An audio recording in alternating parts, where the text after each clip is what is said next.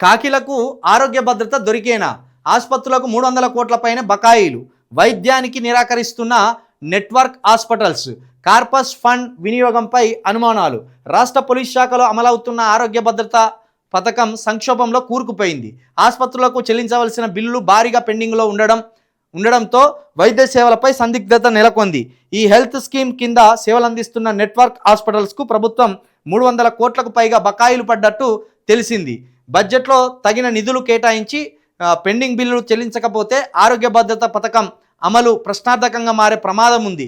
ఈ సమస్యకు పరిష్కారం చూపేలా ప్రభుత్వం బకాయిల క్లియరెన్స్ విషయంలో త్వరితగతిన చర్యలు తీసుకోవాలని పోలీస్ శాఖ సిబ్బంది కోరుతున్నారు. నామమాత్రపు చెల్లింపులు.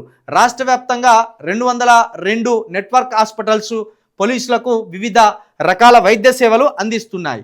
13,000 గర్భిణీలకు ప్రసవాలు, ఇన్పేషెంట్ సౌకర్యాలు వంటివి కల్పిస్తున్నట్టు ఆసుపత్రుల యాజమాన్యాలు చెబుతున్నాయి. అయితే బిల్లుల చెల్లింపు సకాలంలో జరగకపోవడంతో సేవలు నిలిపివేస్తామని ప్రతి 3 నెలలకోసారి ఆసుపత్రులు హెచ్చరిస్తున్నాయి.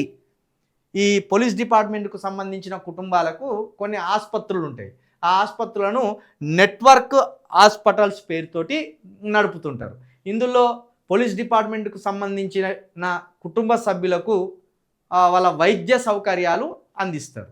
మరి అట్లా వైద్య సౌకర్యాలు అందిస్తున్న హాస్పిటళ్లకు, పోలీస్ డిపార్ట్మెంట్కి వైద్య సౌకర్యాలు అందిస్తున్న హాస్పిటళ్లకు ప్రభుత్వం 300 కోట్లు బాకీ పడి ఉన్నదట. ప్రతి 3 నెలలకోసారి ఈ నెట్వర్క్ హాస్పిటల్స్ మీరు బిల్లులు మాకు ఇవ్వాలని హెచ్చరిస్తూనే ఉన్నాయట. కానీ రేవంత్ రెడ్డి గారి ప్రభుత్వం కావచ్చు, రేవంత్ రెడ్డి గారు కావచ్చు, ఈ 300 కోట్ల రూపాయలను ఇప్పటి వరకు రిలీజ్ చేయలేదు.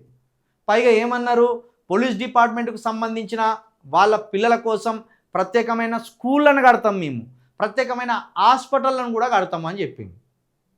కొత్తగా కట్టడమేమో కానీ ఉన్న హాస్పిటల్స్లో పోలీస్ డిపార్ట్మెంట్కి సంబంధించిన వారి వైద్య సౌకర్యాలకు సంబంధించి బిల్లులు తొందరగా విడుదల చేస్తే మరింతగా పోలీస్ డిపార్ట్మెంట్కి సంబంధించిన కుటుంబాలకు వైద్య ఆరోగ్య సేవలు అందుబాటులో ఉంటాయి. లేకపోతే వాళ్ళు నిలిపేస్తారు, ఆ వైద్య పరీక్షలు, ఆ వైద్య సౌకర్యాలు అందించరు.